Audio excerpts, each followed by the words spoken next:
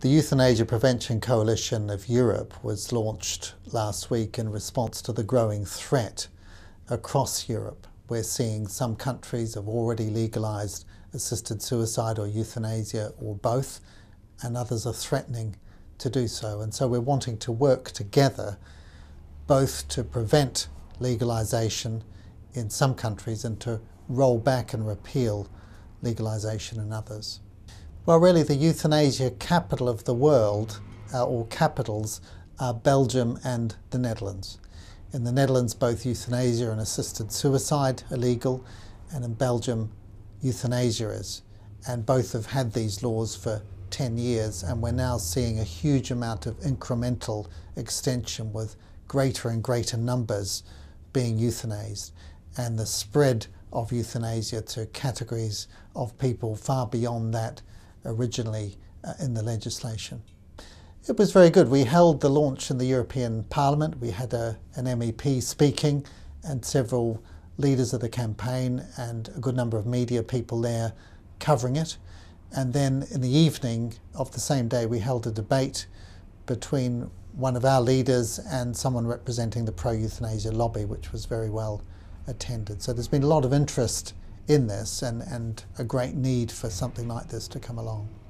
Well, I think people can't help but be shocked with what's happening in Belgium at the moment. Not only have we seen a 500% increase in the number of euthanasia cases over the last 10 years, but we're now seeing them wanting to change the law to allow euthanasia for people with dementia and for children. And cases like the twins who were euthanized because they were going blind, or a woman who suffered from anorexia, someone else who'd had a botched sex change operation. It's clear that the whole situation is completely out of control. And in the Netherlands now, we're seeing mobile euthanasia units going to people's homes. We're seeing early dementia cases. Under the Groningen protocol, we're seeing babies with special needs, particularly with spina bifida, being euthanized. And so it's mission creep, it's incremental extension, it's slippery slope, very clearly evident in these countries, and sounding a loud warning to the rest of the world not to go there. Well, there have been many attempts to change the law here, all of which have been unsuccessful.